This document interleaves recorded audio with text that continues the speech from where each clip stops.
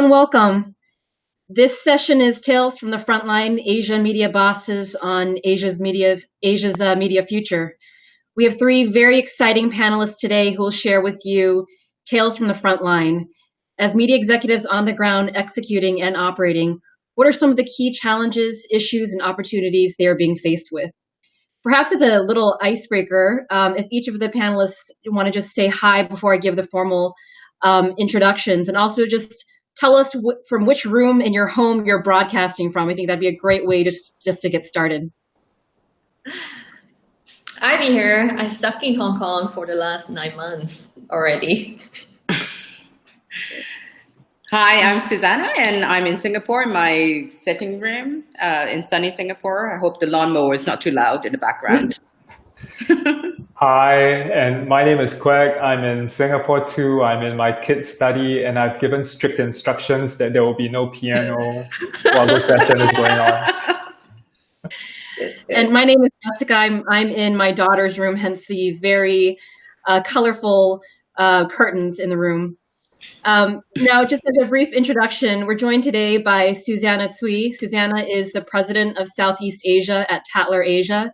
Tatler is one of the most respected and influential luxury lifestyle magazines established almost 40 years ago. Prior to joining Tatler, Susanna spent 25 years in digital advertising in positions such as the regional CEO of PhD and China Group CEO of the Dentsu Aegis Group. Her biggest passion is using technology to transform businesses that solve everyday problems, and I'm sure we'll be hearing a lot about that during today's session. We're also joined by Ivy Wong. Ivy is the founder of VS Media, a next-generation media company built by millennials for millennials. It has offices in China, Hong Kong, Taiwan, and Singapore. And over the last 20 years, Ivy has been the Asia Senior Director of Global Sales at Yahoo, COO of TVB.com, CEO of Next Mobile Limited, and has also led 3 media brands into the top digital positions in Asia. Lastly, we're joined by Kwek Yuchua. Kwek is the Vice President for International Business for iQiyi, a leading China-based video streaming platform. In this role, Kwek oversees the strategic planning, marketing, business development, and public affairs functions for iQiyi International.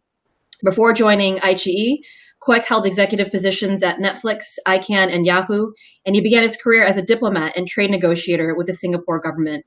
My name is Jessica Huang Pouleur. I'm the Asia Pacific Head of Corporate Strategy and Business Development for the Direct-to-Consumer and International segment of the Walt Disney Company, and I will be the moderator for this session today. What we'll do is we'll start with some brief remarks from each of our speakers, then have a more dynamic conversation amongst us all, then open it up to questions and answers at the end. And so I would encourage the participants here on this session to please submit your questions in the online system. So each of our speakers today work for companies which are large established platforms, each with meaningful reach of customers, consumers, and even partners. And I think some of the topics we'd like to explore today include what are some of the tales that you have from the frontline as you think about how the industry in which you operate is changing and evolving, how you continue to address and retain your large customer bases, and how you continue to grow. To kick things off, what I'd like to do is to have each of our speakers just share a little bit more detail about each of your companies, and then perhaps to highlight what are maybe the top 2 or 3 issues and opportunities you find yourself grappling with on a day-to-day basis. So perhaps, Susanna, you can kick us off and get the conversation going. Hi, thanks for a great introduction. Yes, so I work for Tatler, and we've been around 40 somewhat years. We are a luxury print magazine. Our heritage is from print. We have great reputation in that luxury space. What I'm doing there now is trying to obviously transform a traditional business into a even more digital-based business. But I think that's an easy way of trying to answer a really difficult question.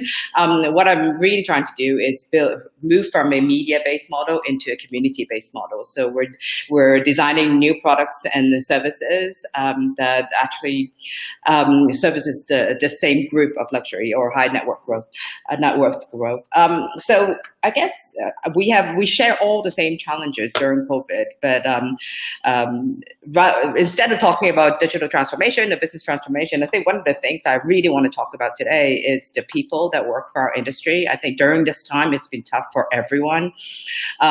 Being first time ever, and for those who are young and lucky enough not to have to went through the last SARS in Hong Kong, which me and IBF definitely, is that we were stuck at home and the whole economy is stopped and business is stopped. It's like everyone stopped spending money.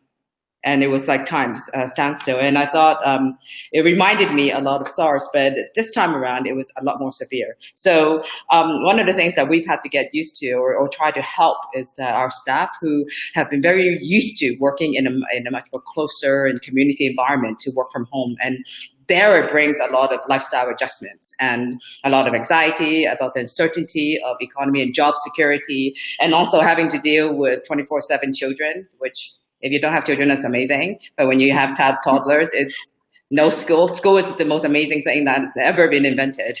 And I love school and teachers dearly. But those are very real issues that we have to deal with on a daily basis. But I won't take up all the time, so I will let Ivy maybe talk about her challenges. Yeah, I think so thanks Jessica for a very good introduction. So I remember when I was moving from Yahoo to TVB to a major TV broadcaster, and then moved to Next Media, which is print publisher. And then there's an article come up and say I'm committing career suicide because I'm moving all the way backward from digital to TV to print. So normally people moving all the way forward, but then I'm going all the way backward. So that's where in 2013, I feel that it's time for me to set up my own business because all the major media company are facing an issue by losing millennial audience. So that's where I want to find a company that's with a mission to be built by millennial for millennial. So I was really impressed by the YouTuber or the people on Instagram or on Facebook that they can create their own content and then they can earn their fan base and then they can earn a living. So that's where I really feel that I want to build a media company from ground up. So that's where the individual creator creating their content and then it's build from the base. And then become a media network so we can change the world together. So for the last few years, we have been working with over 1,000 creators, mainly in the category of lifestyle. So the major category like travel, cooking, fitness, music, all our major categories. So globally now we have 200 million fan base already. So commercially, we're adding as a content marketing and influencer marketing company, linking up brands and young creators together using content to lead to conversion or transaction.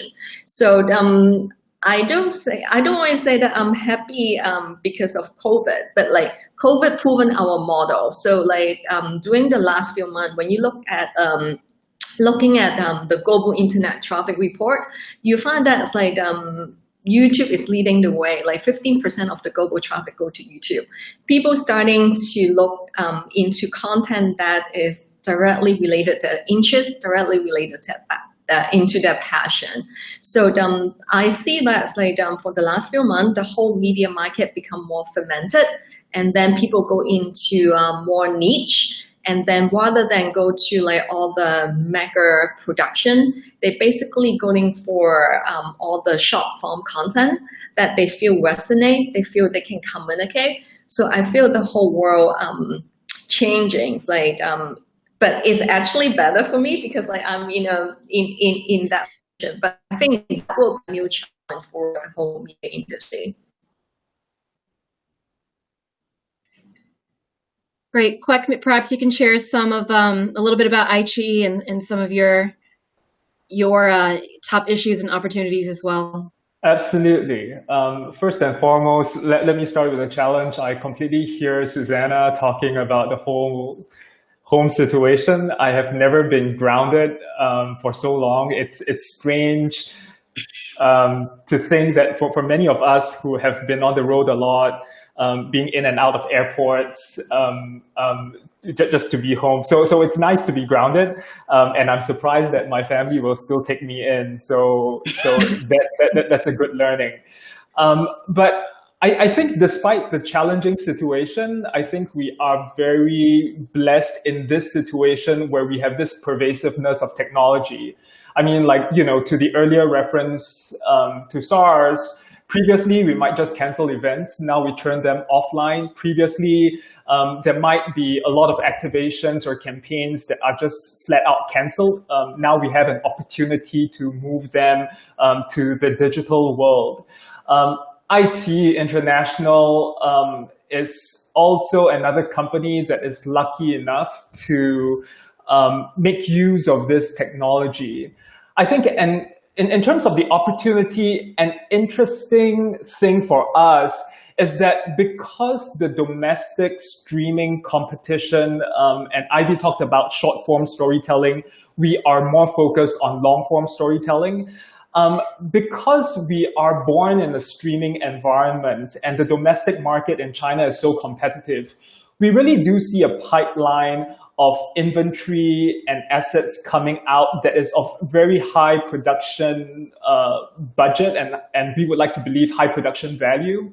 And the question for us is that, are we able to harness technology and in this borderless internet environment, bring Chinese IP to the global markets? And so for iQiyi International, the real challenge is that, we have seen content and IP from certain markets travel well overseas. Are we able to do the same? And so that really is a question and a challenge for myself and my team. Is Chinese IP able to travel if the content budgets are so high? And I think we see some real heartening demand signals. So I take a title like Youth with You 2 that came out this year. It is basically a talent show where we were trying to form a girl band, and we had Lisa from Blackpink being one of the judges on that talent show. And outside of China, we had like 300 million consolidated views on YouTube outside of our own platform, for example. And so these are some demand signals that we're picking out that we might be onto something, and the technology just allows us to further that. Great. That's all very interesting dynamics, and I guess one of the big themes kind of tying this all together is also the role that technology has been playing in all of our businesses, whether you're from a traditional print business or building something from ground up or trying to expand out of an existing business. I want to touch on one of the points that Susanna made earlier about really having the business shift from being a media focused to more community based. And I think, Ivy, a lot of what you're saying is sort of along those lines as well too, as you're seeing sort of new niches being formed, and a little bit more of sort of hyper focus on whether it's particular interests or topics or themes. Susanna, perhaps you could talk a little bit more about what that means for your business and what have been some of the exciting things in building and shifting from something that's a little bit more media focused to community based. I really love that the opportunity that it has, our situation has pushed our industry. I think what a lot of traditional media, and I have always been very vocal about our industry, given I've been doing digital for most of my career, is that there has been no tendency, there's an urgency to move into this space, despite all our competitors, despite all the budgets moving into digital. And I really feel that the serious media companies are now really trying to catch up. With us, despite we've got a really big brand and a heritage brand, we're actually not that big. We're quite a nimble company because we're so niche. We really talk about luxury stuff, and we also talk a lot about society, right? So one of the things that we've done quite timely was that in March and April, we had already planned to relaunch our positioning from moving away from society and, the whole royal family reporting, which we all love a bit of that, but right into much more about lifestyle of the more influential and empower of the families and also the entrepreneurs of Asia, which I find a lot more interesting. So going back to what it is, it's really going back to our roots of really great, amazing storytelling, but no more in just editorial and writing. And there is no time for a month to publish a story. We could work on it for many months, but we only publish once a month. So now it's much more about speed to market. It's another area of the business which I love is UX, because there is actually very little tolerance now about bad usability. People cannot wait if or whatever it is taking too much bandwidth or not loading fast enough, or the quality is not so good, as we know, doing one of these live events. So there's loads of stuff, but building around great storytelling with great usability and around people with shared passions and interests. So we launched things like, we would have never really launched, it's an active community on wellness, active community on charity for raising funds for those who are less fortunate. With my community, it fits very well.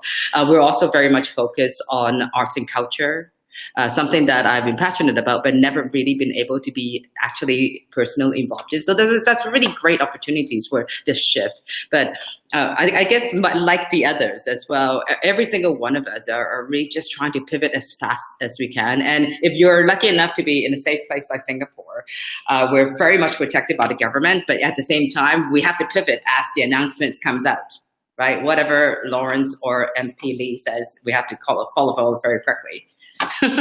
So that's been a very big learnings for us. And Ivy, did you want to talk a little bit more about the focus and the increased, I guess, sort of personalization of content, and how that shift has happened with your business as well? Yeah, I think it's like looking at I mentioned about the global internet traffic report during COVID. YouTube is leading the way. It contributes 15% of the total internet traffic during that time, and then followed by Netflix, and also the next one is the TikTok platform. So then you can see people are starting to go for content that is directly related to their own passion and interest, and then it's they are not only just tracing the content, they also want to engage and communicate with the content creator. So I think that's what Susanna mentions, content is not just content is content plus community. So people want to engage with a group of people. They are sharing the same passion, also sharing the same interest. So that's where we have to think about before, as a media company, we create good content and then we flow it out. But now we create content in order to resonate and in order to engage and get people to communicate back to you. And then you get all those insights and then you communicate back. So I think that's where I see, that's where I'm so excited about self-media, because self-media is just content created by individual, but because they know what their audience are looking for. So that's where they can build their own media just from there, just by one person or just by 2%. So I think that is very exciting time that we can see media, community, and all those together.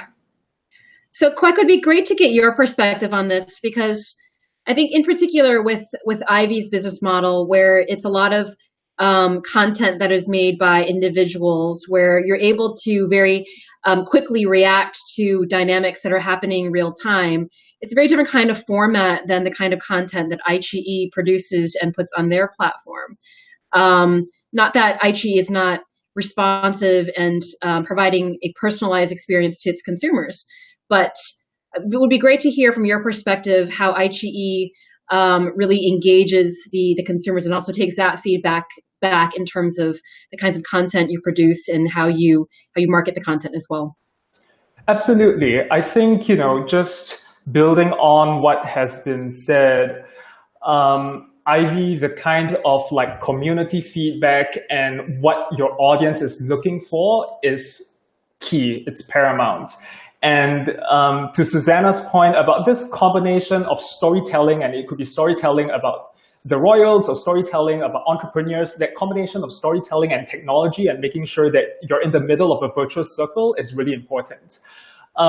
even though you have long form storytelling, I think for us, the marketeer and the business operator that is sensitive to customer feedback will know that in a variety show format, for example, there are certain segments that really spark conversations and go viral with your audiences. For us, we spend a lot of time doing trailers like other companies and cutting snippets and scenes and putting that out into the market to hear where we're getting a viral reaction. And so two ways that you work with that kind of information. You either look more into the creation of more of these assets so that you can get a viral reaction and even more buzz for a title that is already on the catalog. That's one. But also this becomes information that comes in that, hey, audiences really like this. If you're appealing to a certain set of audiences, then there is something to be said about this formula, if you may, being repeated. So, you know, like anyone else, it's no different for us in the long form storytelling business to really be attentive and making sure that your listening tools are out there for consumer feedback. So one of the other, I think, key characteristics and traits we've all talked about in this sort of new digital environment is the need to pivot quickly. Susanna, with Tatler, it's a monthly publication, but you're doing a lot more between the monthly publications. So one of the questions I have in regards to this sort of new way of working is, how have you had to change your ways of working, whether it's from team organization, how you approach partners, who you approach as partners, and then even sort of the day-to-day work of, is it more, how do you change your strategic work versus your tactical operations? IB, you're nodding your head a lot, so perhaps you could start. When we first start, when we go out and sign up young creator, we basically talk a lot because we want to make sure we become a good manager and we can empower what they are doing. So we will say, okay, it's for content style, you should do that, and then in that way we can monetize better, and then we can have better engagement and can gain your fan base. But now we find that the whole generation is different because the creator know really well what they are doing, what they do best, what is their passion, and then they understand their audience much better than we do.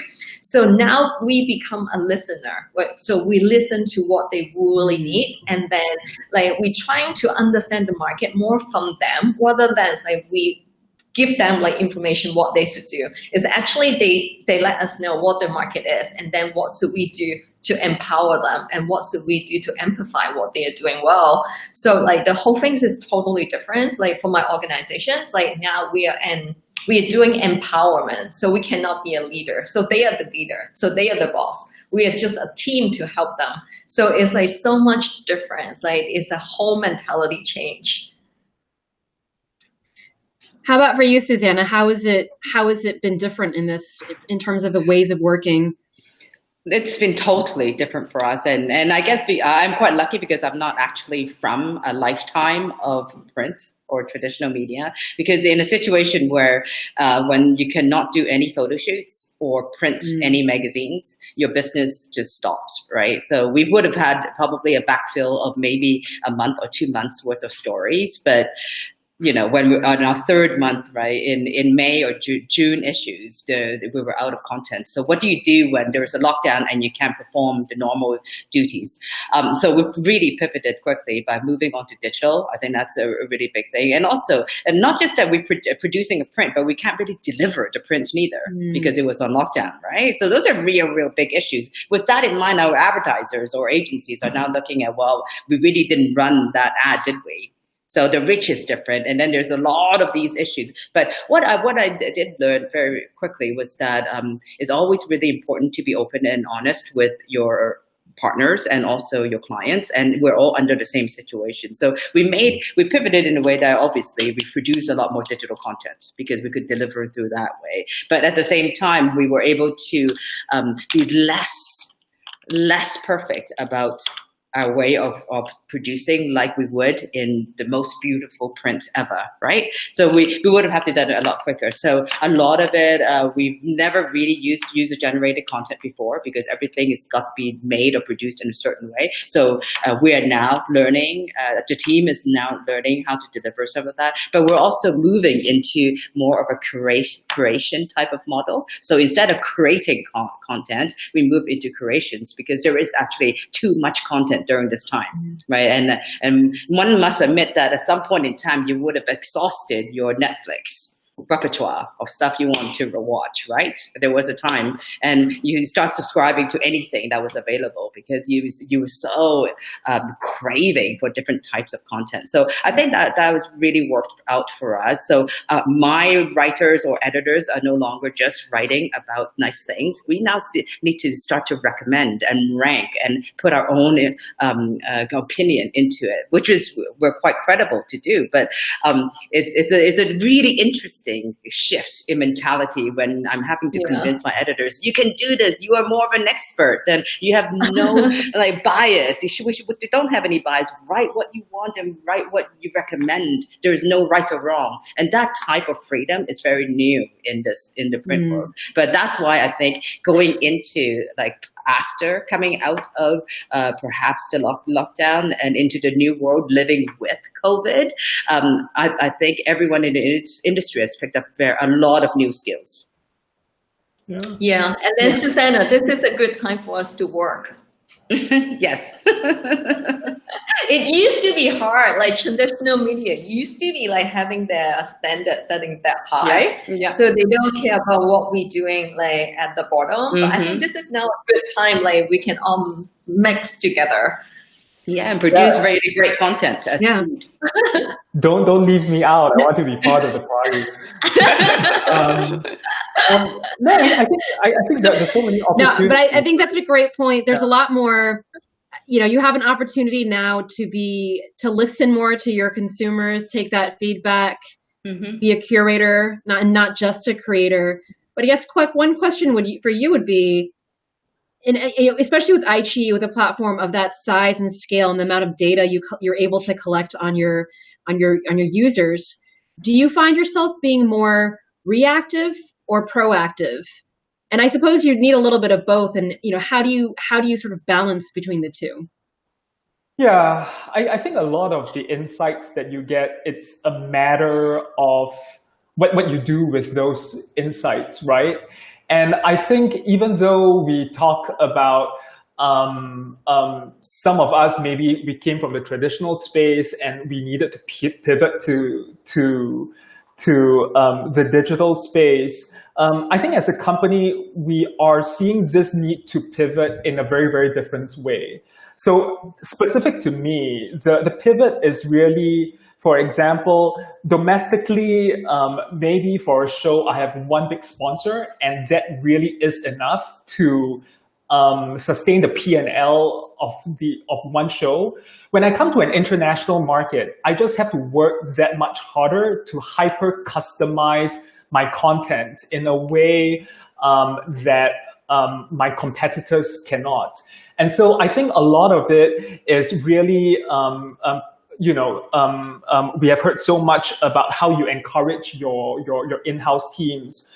For us, I spend a lot of time thinking through like, okay, this is not a formula that we have done in China before. Now we're outside of China. Are we willing to do all these different types of experimentation so that we satisfy our partners and demonstrate that we are going to work harder and that we have a different format from our competitors, that our sponsors can present their product to their audiences? So it's a pivot, but it's in a different way.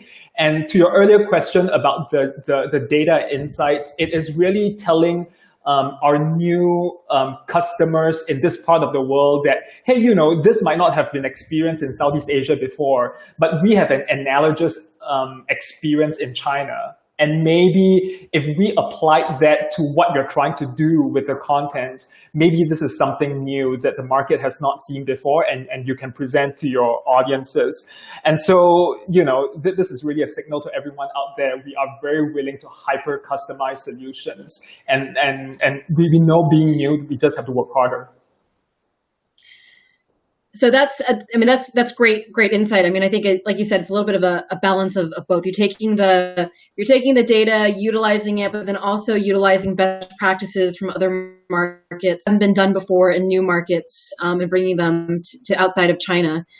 I guess one of the primary reason businesses need to pivot is really for business optimization. We have a question from the audience from Timmy, and he's asking, I guess really along the lines of this idea of optimization. When you with what business metrics do you care about as you pivot? Is it page views, social likes? Are metrics moving more to engagement? I guess it's a really important question, because when we talk about business optimization, that means a lot of different things for different businesses, and also for the same businesses, optimization can also mean very different things at different phases of its growth journey. So I'd love to hear from each of the panelists here what optimization means for you, and what are some of the key metrics you're looking at, especially when you make those pivots.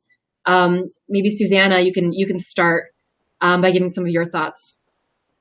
So we have two big flagship or master brand properties. One is the print, and then the other one is our website, which is very much like a e-publishing model. And one of the things that we've had to do is optimize all of that, because obviously I've come in and this is very basic type of properties that we have. So we moved on very quickly into building video sites now. So we're much more about immersive engagement. We have access to quite a lot of fashion and style brands. So we now work with our partners to build and produce good video experiences, so that the clients can, or the consumers are better satisfied or served. The metrics is changed dramatically, because now I feel that there's so much content, so page views doesn't actually make a huge difference. It's really about the type of reach that you can get. But for us, it's more about what Ivy was saying earlier, is about the engagement. So you have to really listen to the comments. So that's why Twitch is such an amazing platform, right? Because people actually listen when they're watching content or consuming content. But the other one is about stickiness, right? So it's really about being able to deliver that brand promise, no matter through what channel, through a print, through a website, or editorial, or even video.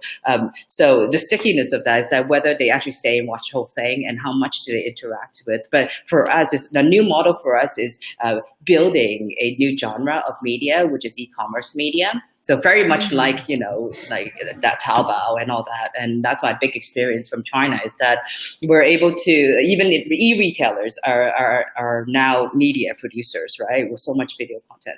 For us, we can't go that mass, nor do we want to. So we work specifically with some of our brands like LVMH, like Club 21, all of the big brands, to produce e-commerce platforms to integrate with theirs, so that we drive specific buying traffic to their site. And I can only say that because I've worked many years in agency, so I know what the mind mapping and mind share and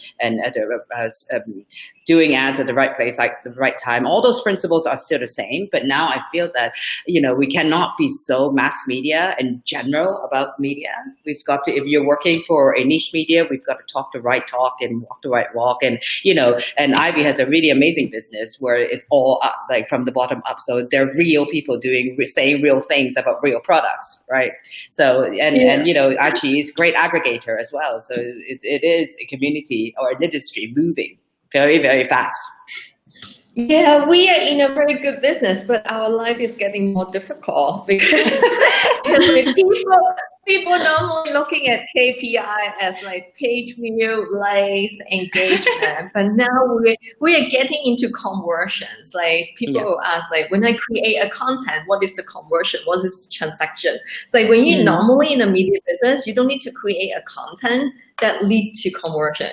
Yeah. So that's like so different now. Like for us, we work with creators to create a blog, and then people ask like whether this travel can help me to sell a ticket, can help me to sell like hotel rooms, and then it's like doing unboxing video. They will say like how many, what is the e-commerce GMV that you are going to bring to me by creating the whole unboxing things. So it's like the whole matrix is so different. It's like now it's like getting very difficult than before. But don't you think more than ever the brand is so important? So some of your KOLs are obviously much more influential than others because there's so many, right? So the brand, your true brand is so important, right? Because, you know, I've never actually had to deal with clients that, well, I have had to, but I've never really entertained clients where so you have to deliver the sales, and though if I can do that, why am I working here? I'm already be on an island somewhere. Who cares about COVID? I have my own island, right? I'm asking myself the same question too.